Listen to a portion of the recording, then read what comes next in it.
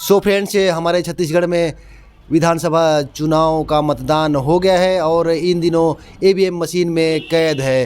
तो इन दिनों सारे इस जगह चर्चा का विषय बना हुआ है कि कौन जीतेगा। इसी संबंध में चर्चा करने के लिए हमारे साथ हैं सहाय जी। सहाय जी बहुत अच्छी प्रतिक्रिया देते हैं, बहुत अच्छे हमें विचार बताते हैं। तो हमारे साथ हैं सहाय जी। सहाय जी से जानेंगे कि जसपुर विधानसभा और छत्तीसगढ़ में किसकी सरकार बनती हुई नज़र आ रही है। तो सहाय जी, जसपुर विधानसभा में क्या रुझान है, किसकी तरफ ज़्यादा रुझान है, इसके बारे में थोड़ा बताएंगे।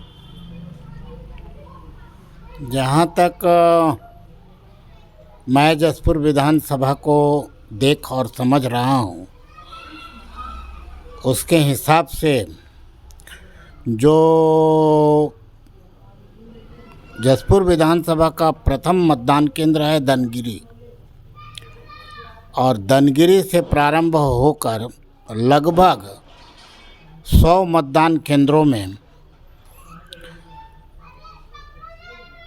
पिछले चुनाव में को अगर इतिहास को देखें तो भाजपा का बढ़त रहता रहा है।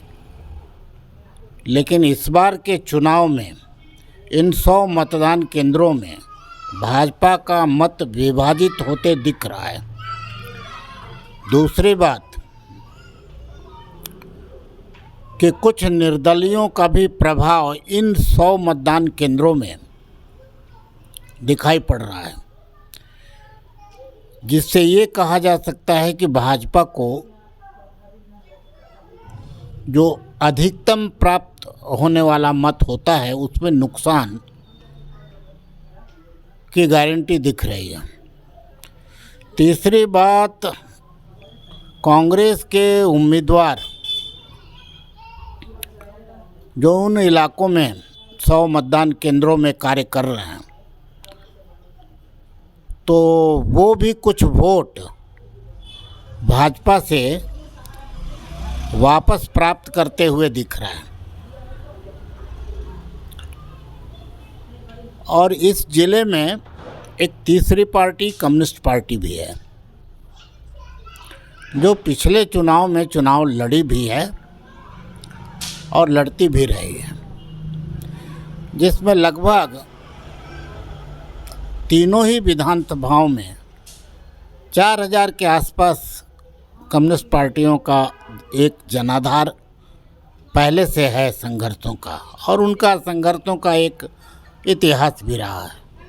तो मैं ये देख रहा हूँ कि वो 4000 वोट भी इस बार कम्युनिस्ट पार्टी का कोई उम्मीदवार न होने से और राष्ट्रीय परिप्रेक्ष्य में जिस प्रकार इंडिया गठबंधन बनाई गई है, उन नीतियों के फलस्वरूप वो 4000 वोट भी विनय भगत को, कांग्रेस प्रत्याशी को मिलता हुआ दिख रहा है। अगर हम इसके बाद नीचे के मतदान केंद्रों में आए, जो जसपुर के विकासखंड और मनोरा विकासखंड के इर्द गिर्द है, तो इन मतदान केंद्रों में तो कांग्रेस पूर्व से ही बढ़त में रहती रही है। तो ऐसी परिस्थितियों में जसपुर विधानसभा का परिणाम पूरी तरह से tight contest, neck to neck contest के साथ कांग्रेस के बढ़त के रूप में दिखाई पड़ रहा है, ऐसा मैं कह सकता हूँ। बाकी तो चुनाव का परिणाम जब आएगा तभी वास्तविक परिस्थिति प्रकट होगा। लेकिन संभावनाओं की अगर बात करें तो मुझे नेक टू नेक मतदान होता हुआ दिख रहा है, और मैं कह सकता हूँ कि कुछ हद तक विनय भगत के लीड में ये क्षेत्र है। और इसी अनुरूप पत्थलगांव क्षेत्र भी कांग्रेस के पक्ष में मुझे दिखाई पड़ रहा है। रह गया सवाल कुनकुरी का। कुनकुरी में टक्कर है, नेक टू नेक टक्कर है, और वहाँ के संबंध में मैं ज़्यादा नहीं कह सकता हूँ, लेकिन टक्कर वहाँ भी है। ये मैं ज़िले के संबंध में अपना बात कह सकता हूँ।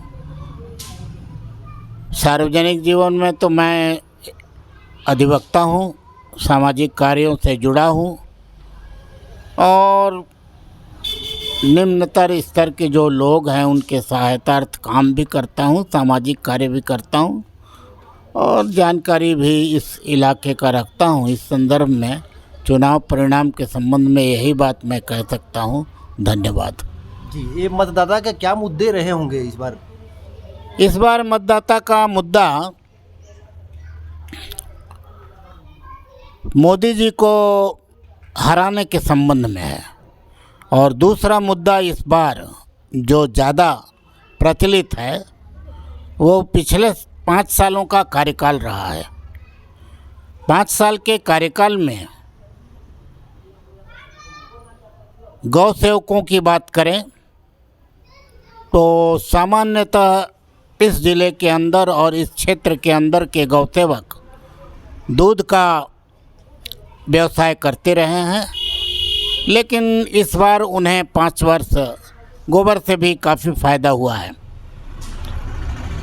तो ये जनता से जुड़ा हुआ मुद्दा है जो उनको प्रभावित कर रहा है मतदान करने में। दूसरा, कृषि ऋणों की माफ़ी की योजना, स्व सहायता समूह से जुड़ी महिलाओं के कर्ज़ों की माफ़ी की योजना और इन सब योजनाओं के अनुरूप ये दिखाई पड़ रहा है कि कांग्रेस इस इलाके में बढ़त की स्थिति में है। जी, ये सब वादे की वजह से मतलब बढ़त दिख रही है। हाँ, बढ़त दिख रही है। मैं ये कह सकता हूँ कि चुनाव में ये सारे मुद्दा जो है वो प्रभावित कर रहा है और इन मुद्दों के कारण पुरुष और महिलाएं दोनों ही प्रभावित हो रहे हैं और कांग्रेस की स्थिति इससे अच्छी नज़र आ रही है इस क्षेत्र में। और छत्तीसगढ़ के बारे में बात करें तो छत्तीसगढ़ में भी मैं समझता हूँ कि कांग्रेस की सरकार बन रही है, दोबारा बन रही है और ऐसा हम लोगों को स्रोतों से जो जानकारी मिलती है उसके अनुसार दिखाई पड़ रहा है। जी, और सीएम के बारे में कुछ बोलना चाहेंगे? सीएम टीएस बाबा बनेंगे या तो भूपेश बनेंगे, इस संबंध में क्या हो सकती है? फिर से बोलो। ये सीएम के संबंध में अगर कांग्रेस की सरकार बनती है तो टीएस बाबा बनेंगे कि भूपेश बघेल बनेंगे, इस संबंध में? क्योंकि बाबा का एक प्रतिक्रिया भी आया था, ये मेरा आखिरी विधानसभा चुनाव है, ऐसे कुछ काफ़ी हाईलाइट हुआ था ये मामला। जहाँ तक सीएम के संबंध में जो प्रश्न पूछा जा रहा है, आप बोल रहे हैं, तो मैं जसपुर निवासी हूँ और मैं ऐसा समझता हूँ कि जसपुर निवासी के होने के कारण हम लोगों को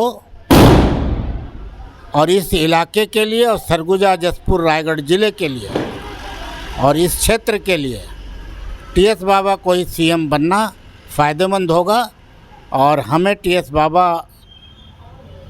ही पसंद हैं और हमने टीएस बाबा के संदर्भ में ही मतदान भी किया है। जी, और रेलवे के संबंध में कुछ बोलना चाहेंगे? अगर सरकार बनती है तो सरकार को क्या रिक्वेस्ट करना चाहेंगे रेलवे के संबंध में? सरकार बनती है तो मैं उम्मीद करता हूं कि रेलवे के संबंध में हम लोग प्रयास करेंगे और धर्मजयगढ़ को लोहरदगा से जोड़ने की कार्रवाई के लिए केंद्र सरकार से विधानसभा में प्रस्ताव पारित करवाने का कार्य करेंगे। लेकिन ये सब तभी संभव है जब इस इलाके से टीएस बाबा जैसे लोग मुख्यमंत्री के पद पर पदारूढ़ हों तो ये कार्य आसान हो सकता है और इसी अनुरूप अंबिकापुर को भी गढ़वा तरफ से रेलवे से जोड़ा जा सकता है और इस आदिवासी बहुल पिछड़ा बहुल क्षेत्र के आदिवासियों को और देश में सबसे पिछड़ी जनजाति जिसे दत्तक पुत्र भी राष्ट्रपति का कहा जाता है, कोरवा समाज को रेलवे का एक रेलवे यात्रा करने का एक लाभ मिल सकता है और इससे भी उन कोरवा प्रजाति का विकास धारा से उनको जोड़ा जा सकता है। जी, धन्यवाद साहिब जी। और कुछ बोलना चाहेंगे विधानसभा के बारे में? क्या देखने को मिलेगा इस बार? क्या मिला इस बार अलग? मैं समझता हूँ कि ये चुनाव विधानसभा का चुनाव एक सेमीफाइनल सिद्ध होगा, क्योंकि 24 में लोकसभा का चुनाव है और जहाँ तक मुझे दिखाई पड़ रहा है कि पांचों विधानसभाओं में भाजपा पीछे ही चल रही है। अभी तो चुनाव पांचों विधानसभा में। हाँ जी जी, धन्यवाद।